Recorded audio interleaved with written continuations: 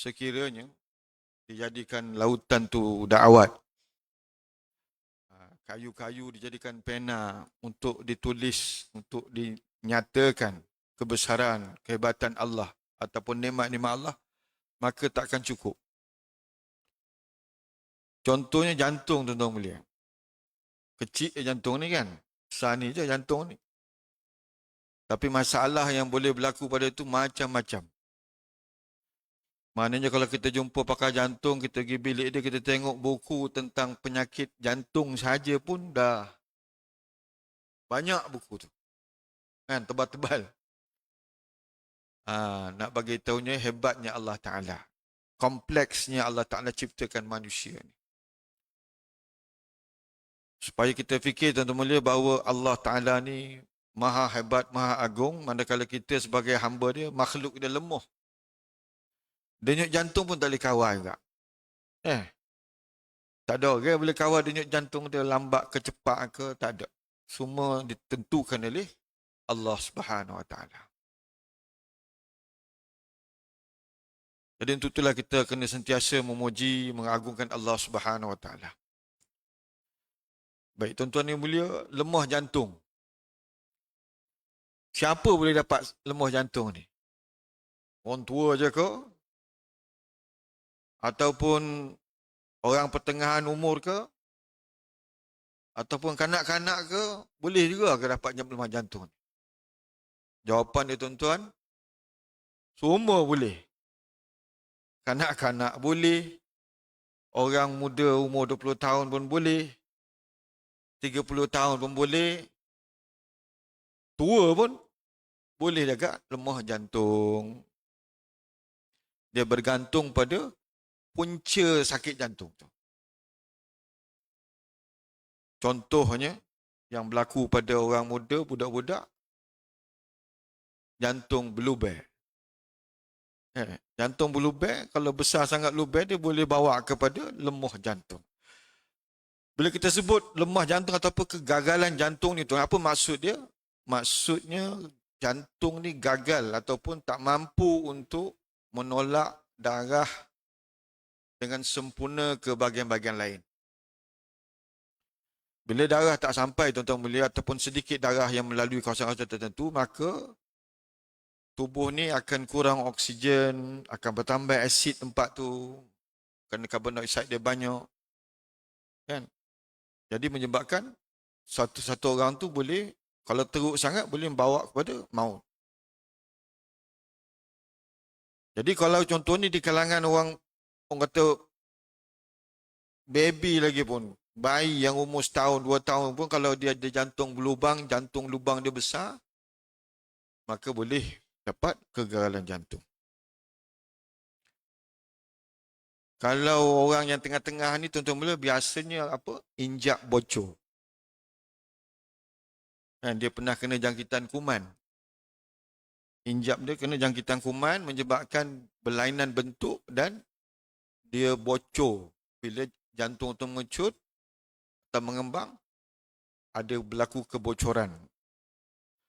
Biasanya di sistem jantung dia tertutup. Dia pergi satu way dia, one way street, satu arah aja. Tapi kalau injak tu berlubang, dia jadi dua arah. Bila dua arah dia pergi, ada patah balik. Itu yang boleh sebabkan lemah jantung. Jadi orang yang pertengahan ni, kebanyakan disebabkan injak rosak.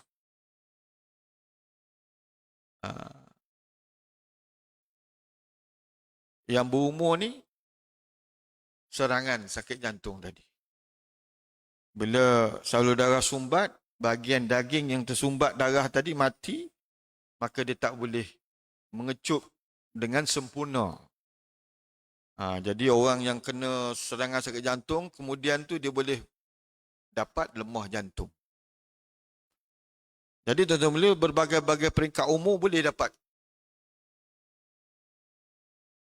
Contohnya satu lagi, kalau darah tinggi, boleh dapat lemah jantung juga.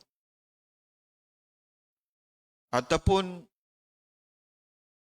orang yang ada thyroid, bekak sini. Kalau thyroid dia aktif, banyak sangat hormon thyroxin tubik, jantung tu denyut cepat dah, boleh juga gagal jantung dia, lemah jantung juga. Jadi apa tanda-tanda lemah jantung tu tu?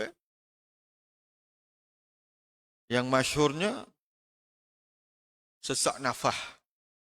Khususnya bila bergerak, bekerja. Sesak nafas, tercungap-cungap. Naik tangga tercungap-cungap. Tidur terletak, tak boleh, kena 2-3 batang. Kan? Kena 2-3 bantal baru boleh tidur. Kalau letak sebatang, lelah. Kadang-kadang terjaga tengah malam, macam putus nyawa.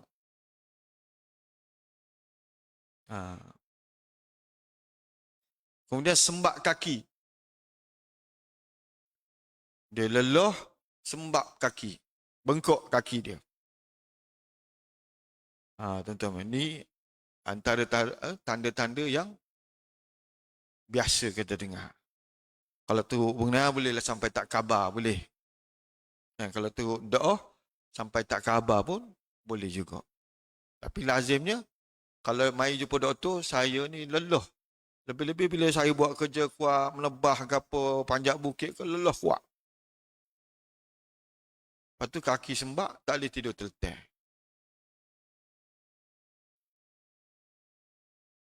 Tapi adakah maksudnya bila lelah ni mesti lemah jantung? Ha. Kadang-kadang kita, bila kita cerita tahu macam ni, orang lelah ni lemah jantung. Jadi bila lelah, lemah jantung. Ada juga beza tuan-tuan. Ada lelah kerana paru-paru. Ni orang kata lelah biasa tu lah. Nak kenal lagu mana lelah biasa ni? Biasanya dia ada bunyi. Hing, hing. Tu lelah. Lelah paru-paru. Kalau bunyi lelah paru-paru. Dia bukan lelah jantung lah. Kalau kadang-kadang lelah jantung pun kalau kuat boleh juga dapat bunyi begini. Tapi lelah yang kata bunyi ni dia daripada dulu lagi. Dia memang dah biasa dah. Bila kena dia akan lelah bunyi macam tu.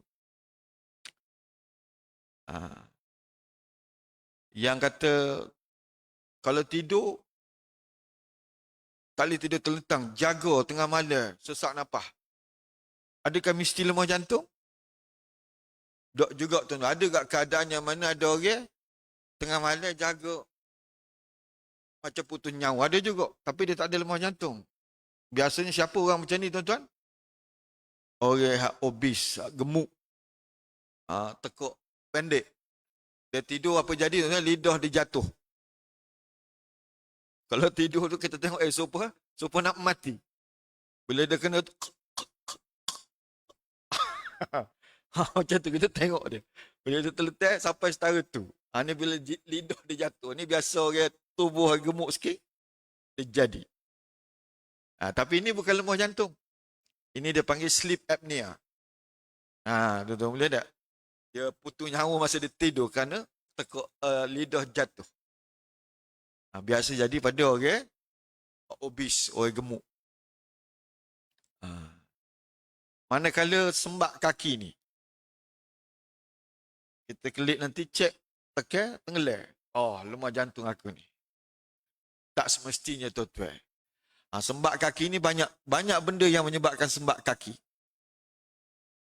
Salah satu dia lemah jantung lah. Tapi lemah jantung ni dia ada tanda lain. Lelah bila kita bekerja, naik panjang bukit, lelah, tidur terletak, tak boleh guna sebatang, sembak kaki. Tapi ada juga sembak kaki tak lelah. Sembak kaki apa? Buah pinggang. Dia sembak kaki. Okey. Buah pinggang, bocor. Protein tubik, albumin dia tubik. Jadi, orang yang sakit buah pinggang ni tu, yang bocor ni, tanda dia apa? Macam saya dah bagi tahu dulu, kalau kita kencing tu, kencing dekat tandah tu, sekali-sekala biar dia jatuh atas air tu, tengok jebok banyak mana. Dia jebok biasa kat jebok. Tapi kalau ada protein ni, jebok dia banyak. Jadi kita kelik ni, test tengok kencing, tengok jebok setara mana. Ni normal aku ni. Jadi kalau bila satu hari bila tiba-tiba terlebih jebok, ni kita kena pergi jumpa doktor.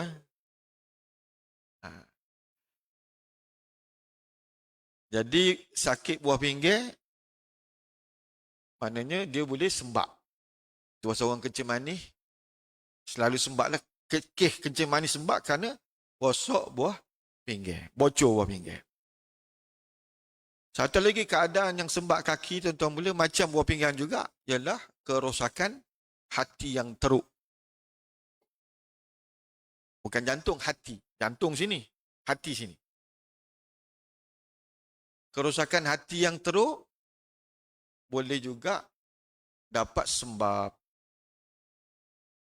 Dia super, dia punya konsep dengan buah pinggang super. Buah pinggang tadi dia bocor protein. Tapi kalau rosak hati, dia tak boleh buat protein. Mana kalau kita test darah dia, kita akan tengok albumin dia rendah. Jadi bila dalam darah ni kurang protein ni, kurang albumin, apa jadi? Air daripada salur darah ni akan terlepas masuk ke daging, ke tempat dalam perut ni. Itu pasal kita tengok orang kencing manis kuat, air buah pinggang rosak kuat, ataupun hati ni rosak tu, dia buncit. Buncit lain macam, bukan macam buncit macam kita ni yang terlebih makan ni. Ni buncit lain macam tengok. Orang Melayu kata ke apa? Busung ke? Ya. Dia besar. Mana dalam perut tu ada air. Kita jamah pun air. Bunyi air. Kalau teruk lagi, dalam paru-paru dia pun ada air juga. Yang boleh menyebabkan sesak nafas. Ini kalau rosak hati yang teruk dan rosak buah pinggir teruk. Kalau jumpa doktor buat ultrasound nanti nampak, oh terapung.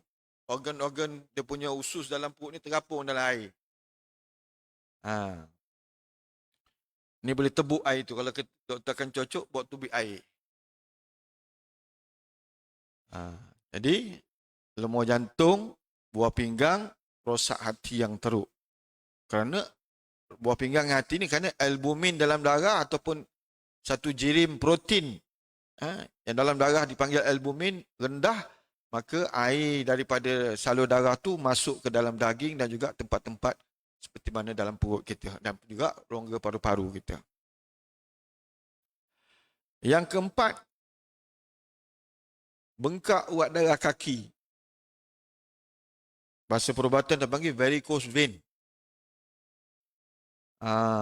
Urat darah kaki yang daripada ujung naik ke atas ni, dia tak comel.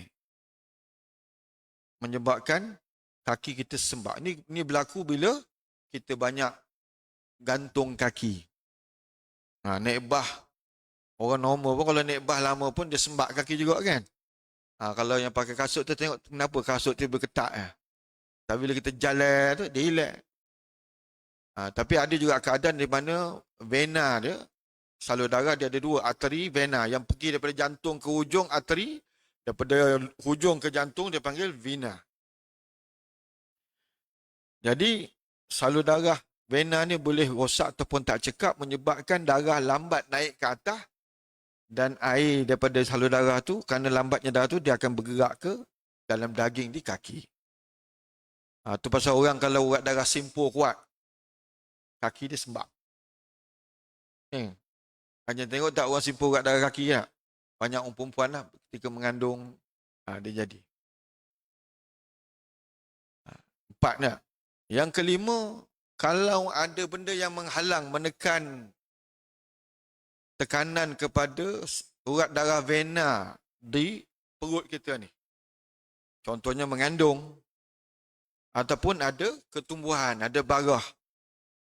Kalau besar, dua-dua kaki boleh sembab. Tapi kalau kecil, mungkin sebelah kaki je sembab. Jadi kalau kaki kita sebelah sembab tu, kita kena risau juga. Takut ada ketumbuhan dalam perut kita. Dan keenam, tuan-tuan mulia, ubat. Ubat, salah satu contoh ubat yang sebabkan sembab kaki, ubat darah tinggi. Contohnya nifedipine, amlodipine, banyak orang makan kan. Jadi dia boleh sembab kaki juga, tapi ni sembab tidak penyakit. Kalau sikit tak perlu bimbang. Kadang-kadang bila makan ubat tengok kaki sembab, jumpa doktor, sembab kaki ni.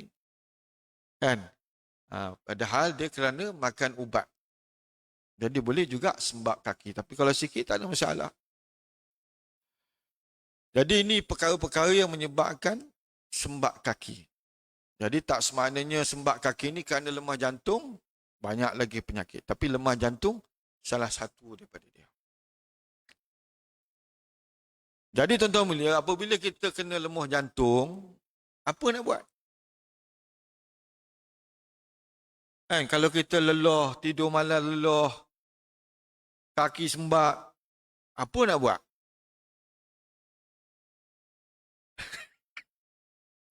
Jawapan dia tak ada lain, kena jumpa doktor. Kalau sembak kena, kalau jantung dah lemah, gagak, tak ada lain dah, kena jumpa doktor.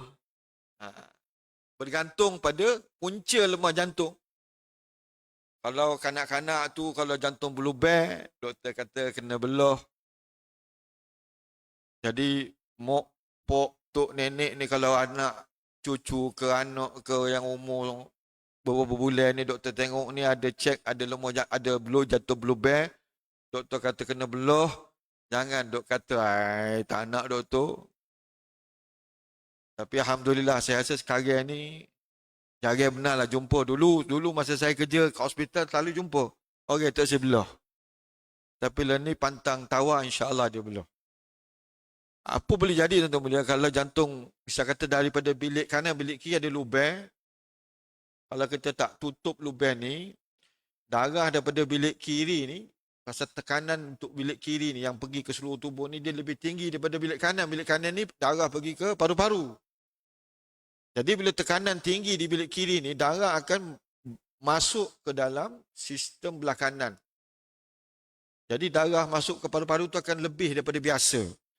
Bila benda ni berlaku berterusan untuk beberapa tahun lama, perubahan akan berlaku pada salur darah di paru-paru menyebabkan tekanan pada sistem paru-paru ni, tekanan darah dia tinggi. Jadi kalau asal dulu jantung berlubang ni, anak ni dia biasa, tak ada jadi biru. Tak ada, tapi bila kita biar lama umur dia belasan tahun nanti, dia boleh jadi biru. Kalau kita tengok biru lain macam. Kalau terminologi perubatan kita panggil cyanosis. Bibir biru, ujung jari biru, nyawa pun. Bila dah berlaku begini tuan-tuan mulia, kalau operate pun, kalau tutup pun dah tak boleh buat apa dah. Sebab salur darah dalam paru-paru tu dah tinggi, dah berubah. Jadi kalau doktor pakar kata kena tutup lubang ni, kadang-kadang lubang kecil tak apa. Dia boleh tutup sendiri ataupun terlalu kecil. Tak ada masalah, tak banyak pergerakan darah tu. Tapi kalau besar, dia kena bedah dan tutup lubang. Jadi kalau tutup lubang tu buat pembedahan, okeylah, beres lah. Tak adalah lemah jantung ni. Betul-betul juga kalau kita injak, bocor, rosok. Ni pun kena tukar kat rawatan dia, jumpa doktor akan rujuk kepada bahagian jantung ni, bahagian bedah jantung, dia akan ganti injap ni. Injap prostetik ni. Lah ni kita tak tahu lah ni canggih. Dulu-dulu kalau masa saya belajar tu, ada kalau pesakit ni masuk, kita letak stetoskop kita tu dengar bunyi ting, ting, ting. Dia punya besi dalam tu terantuk tu bunyi. Ni dululah. Sekarang ni canggih dah rasa. Jadi bila injap ni dia tukar, beres lah. Tak bocor dah. Kan? Kalau tak tukar, apa jadi? Lemah lah jantung tu. Kalau lama kau berat, kalau lama kau berat, kalau lama kau berat. Lazimnya tak panjang lah umurnya. Kalau tak ditukar. Kemudian kalau disebabkan matinya daging jantung tadi, kalau sumbat kat darah, macam mana? Ni ataupun kadang-kadang ada penyakit yang panggil cardiomyopathy. Penyakit pada daging jantung tu, dia tiba-tiba mengembang. Ni susah sikit tuan-tuan boleh. Kalau ada orang boleh ganti jantung, kena ganti jantung, tapi saya rasa tak ada lagi operate ganti jantung ni. Kan? Maknanya kalau jumpa doktor, kalau lepas serangan sakit jantung, kita pun lelah, doktor buat echo, kata awak punya fungsi jantung ni bergerak benar ni 10%, 15% je.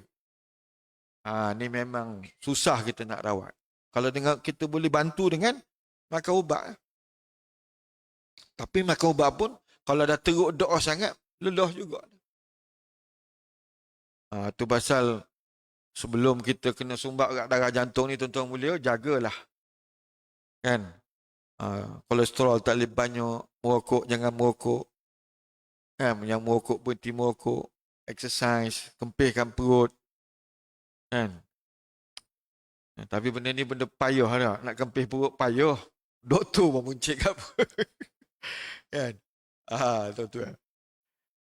Jadi bila misal kata lemah jantung ni kerana daging jantung rosak. Jadi ni susah sikit. Doktor boleh bantu dengan ubat lah. Sekarang pun macam-macam ada ubat baru. Dia boleh bantu. Kan? Macam baru ni ada seorang sakit datang klinik saya. Dia jumpa pakar dah. Dia kata mula-mula buat ekor, sonografer kata fungsi jantung dia 29% dah. Tapi lepas makan ubat jantung apa semua, naik 42 rasa. 42 ke 49%. Dia kata lelah pun tak ada dah. Jadi maknanya bolehlah dibantu dengan ubat, tapi kena makan ubat sokmo. Kan? Jangan berani tak makan ubat. Kan? Setengah orang kata kita tukar ubat lain. Kan? Bila tukar ubat lain nanti dia lelah pula.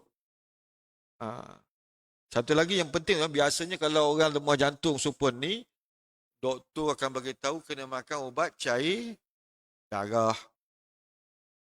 Aspirin ke lagi kuat, warfarin. Kenapa tuan-tuan bila kena makan ubat cair darah? Bila jantung dah tak berfungsi penuh, dia menguncup tapi tak sekata, maka darah akan terkumpul dalam jantung ni. Sebab dia tak boleh tolak habis. Jadi darah yang terkumpul ni boleh membeku. Ni yang berbahayanya.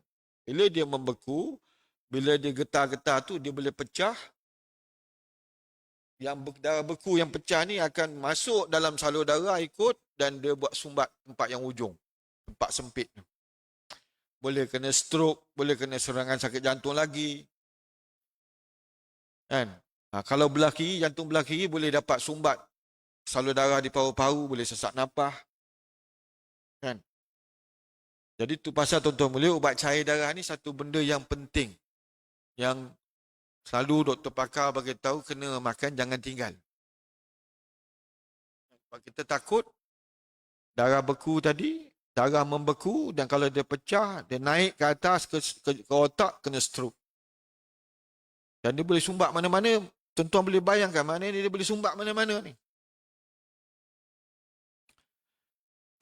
Jadi pentinglah kalau bila kita dah lemah jantung, doktor bagi ubat, jangan tinggal ubat.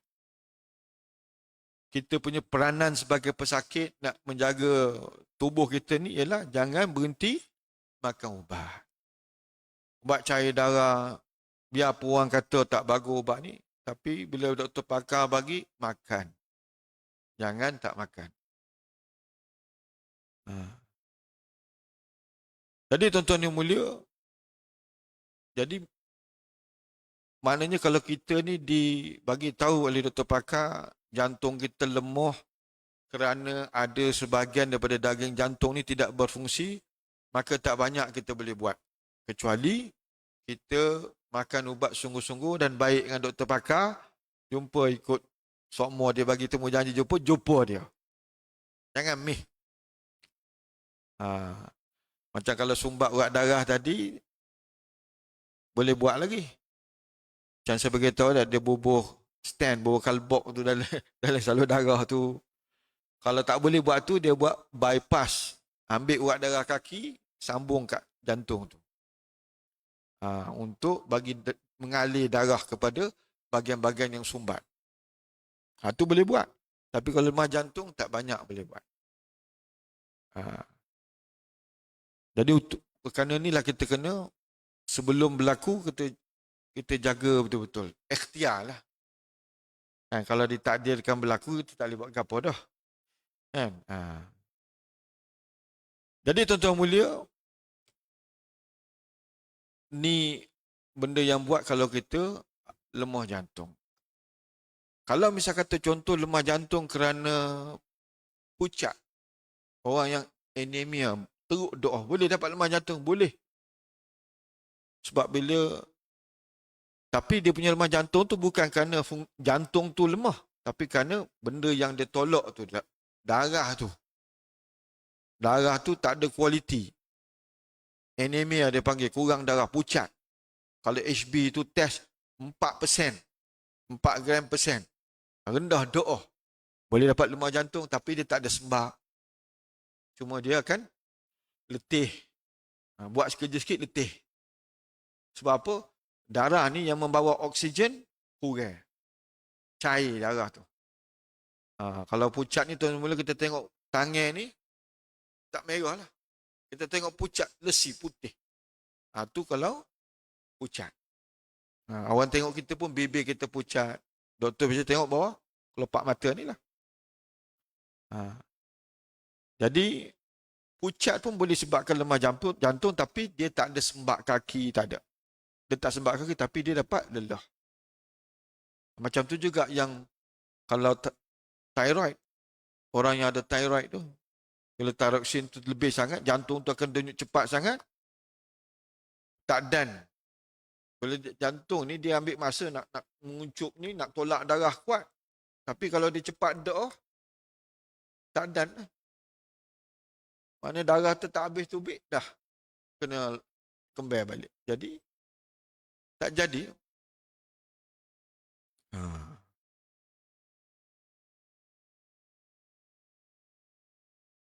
Apa lagi keadaan yang mana jantung tak boleh pam darah? Ni cerita lain sikit lah.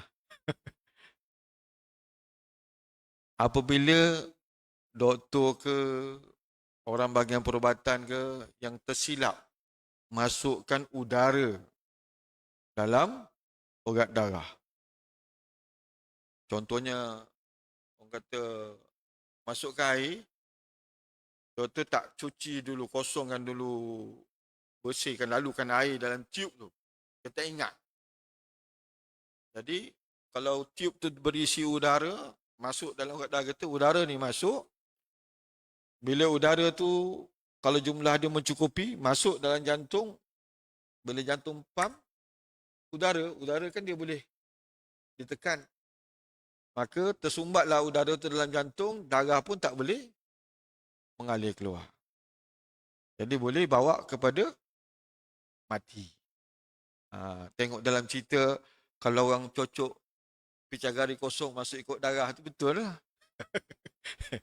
Kan? Jadi ini tuan-tuan mulia, penyakit lemah jantung. Lemah jantung ni lebih kepada maknanya untuk sebagai orang awam ni, kalau kita kena, jumpa doktor. Mana ikhtiar kita tu jumpa doktor lah. Kan? Macam kalau tadi nak cegah daripada sumbat urat darah tu, kita boleh senaman, kurang jaga makan kita, kan? Itu tapi kalau lemah jantung ni, kalau dah mari, tak boleh buat apa kecuali kita jumpa doktor. Kan? Tak kira lah daripada peringkat umur bayi lagi sampai ke orang tua, kalau ada tanda-tanda begini, segera bawa jumpa doktor, pergi hospital. Mana bukan maksud semua benda tak boleh buat. Macam kalau yang orang muda-muda ni, kanak-kanak ni, mana boleh dibetulkan keadaan supaya dia boleh hidup dengan normal melalui pembedahan dan sebagainya. Kalau kerana urat darah, kerana daging jantung dah rosak, yang ini tak ada lain cara kecuali makan ubat, kecualilah masa-masa akan datang ada dah boleh buat pemindahan jantung, ada dah guna mesin jantung yang bagus. Sekarang ni mungkin mesin jantung ni mungkin ada juga. Tapi setahu saya yang pembedahan jantung, yang jantung asli ni tak ada lagi lah. Yang berjaya lagi tak ada. Jadi tuan-tuan mulia ni yang besar jantung ni sumbat urat darah, serangan jantung dengan lemah jantung. Yang lain-lain tu maknanya kalau kita cerita untuk orang awam ni mungkin susah sikit. Jantung ni tuan-tuan mulia satu benda yang memang orang kata apa, Allah Ta'ala ni hebat kan, dia jadikan makhluk dia, hamba dia ni begitu canggih, begitu kompleks. Tuan-tuan kalau tengok doktor buat ECG, nak tengok saya ni sakit jantung ke tak? ECG ni tuan mulia, ECG pun satu buku tebal. Kan, doktor pun kalau doktor ni kalau tak mahir memang kita pun tahu sikit je. Tahulah kalau ni ini sakit ni lain macam ni. Kan? Kalau misalnya kata sumbat urat darah ni, kita tahu ni sumbat darah. Tapi kadang-kadang ada benda tu kita pun tak faham. Kan? Pasal dia banyak sangat. Jadi kita kalau bisa ECG lain-lain ni kita akan rujuk tu ke pakar lah. Kan? Mana kita tak sakit luar, kita tak handle lah, kita akan rujuk ke pakar. Jadi ada juga sakit jantung tuan-tuan mulia yang kita panggil arrhythmia. Arrhythmia ni berkaitan dengan denyut jantung. Tuan-tuan ada tahu tak? Siapa sini ada bubur bateri dalam jantung? Kan? Ada setengah orang sekarang ni dibubur pacemaker dia panggil. Kan? Lepas beberapa tahun nanti kena ganti bateri dia. Kan? Tapi ni tak siap saya dia buat pakai melalui urat darah besar saja. Tak ada potong je, tak ada lah. Jadi tuan-tuan mulia, denyut jantung pun kadang-kadang bermasalah. Bila salah satu sebab, bila kita kena serangan sakit jantung, tempat di mana berpuncanya denyut jantung kita ni yang besar ni, dia ada satu tempat yang dia punca di mana denyutan jantung tu bermula. Memang daging jantung ni, kalau misalnya kata kita ambil lah kata jantung binatang, kata kita belah buat tubik, dia akan gerak juga. Dan setiap bahagian daging jantung ni dia boleh gerak sendiri. Dia ada denyut dia sendiri. Tapi untuk mengawal semuanya Allah Ta'ala buat satu tempat. Kan? AV node dia panggil, SA node kan, sinoatrial node. Yang tempat tu dia keluarkan cah elektrik untuk menyebabkan jantung ni berdenyut. Jadi kadang-kadang bahagian tu boleh sumbat urat darah, dia rosak. Menyebabkan jantung denyut lambat. Biasa denyut 60-70, dia punya denyut 30. Lepas tu rasa pening nak pitai, darah rendah. Yang ni, doktor akan masuk pacemaker. Pacemaker ni maknanya, benda yang dimasukkan telah akan mengeluarkan cah. Berapa minit sekali? Kata 70 minit, dia keluarkan cah. Supaya jantung tu tak terlalu lambat. Jadi tuan-tuan mulia ni, ini pun orang kata apa, banyak juga berlaku. Jadi denyut jantung pun dia ada yang Allah Ta'ala buat, ada bahagian yang mengawal dan bahagian ni boleh rosak. Kalau lambat sangat pergerakan, diletak pacemaker untuk mempercepatkan denyut jantung. Ada juga kala kadang-kadang dia denyut cepat dah sangat. Ini pun dia kena, kadang-kadang bila dah tu tempat yang mana mengeluarkan denyut dia kena bakar, matikan. Supaya tempat yang normal boleh bergerak balik. Jadi insya-Allah tuan-tuan mulia, saya rasa untuk orang sebagai orang awam memahami keadaan ni cukup dah saya rasa. Cuma maknanya kalau berlaku atas diri kita sesak nafas ke apa ni semua, jangan tunggu lama-lama lah, jumpa doktor. InsyaAllah deh. Jadi mudah-mudahan apa yang saya bagi tuan-tuan ni dapat bermanfaatkan tuan-tuan. Di bulan yang lain nanti kita akan cerita pasal benda lain pula lah. InsyaAllah deh. Apa yang baik daripada Allah, apa yang tak baik kelemahan di saya, tutup majlis tasbih kepada Allah. Subhanallah.